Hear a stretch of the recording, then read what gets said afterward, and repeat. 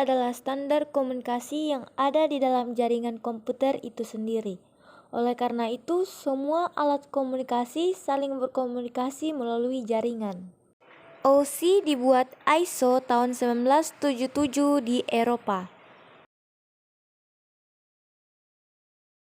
Application layer akan mengirim data yang dikirim oleh user pada perangkat komputer penerima data. Terjadi konversi email menjadi sebuah format jaringan. Pada presentation layer, pada session layer akan dibentuk sesi perjalanan data hingga seluruh proses pengiriman data selesai dilaksanakan. Lapisan presentation berfungsi untuk mengidentifikasi sintaks yang dipakai suatu host jaringan untuk berkomunikasi. Layer ini perlu memberi enkripsi serta deskripsi data yang nantinya akan dipakai dalam layer application.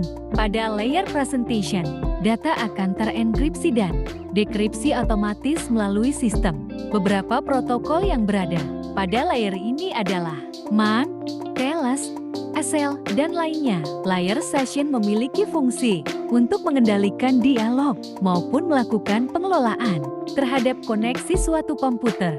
Bahkan layer ini juga bisa melakukan pemutusan koneksi internet pada suatu komputer. Contoh protokol yang berada di layer ini adalah NFS, RTP, SNB, dan lainnya.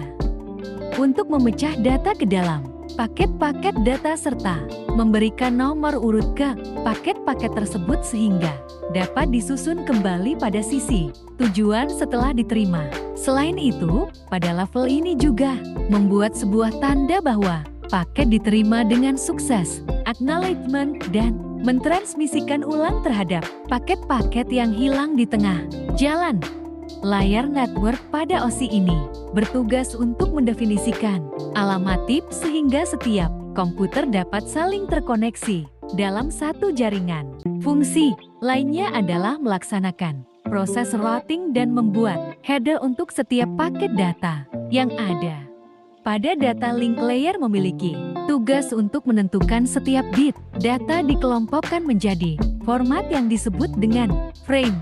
Pada level ini juga terjadi koreksi kesalahan, flow control, pengalamatan hardware, atau perangkat keras, seperti halnya pada MAC address, media access control address, dan model OSI layer terakhir dan yang paling utama adalah physical layer.